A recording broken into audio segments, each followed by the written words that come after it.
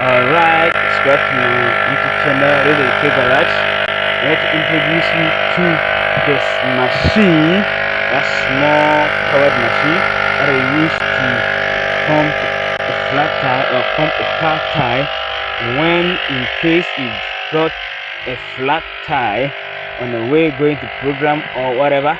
You see how you can connect it.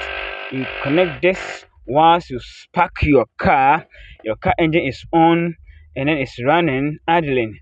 How you connect it so that your battery will not run low is how you connect it.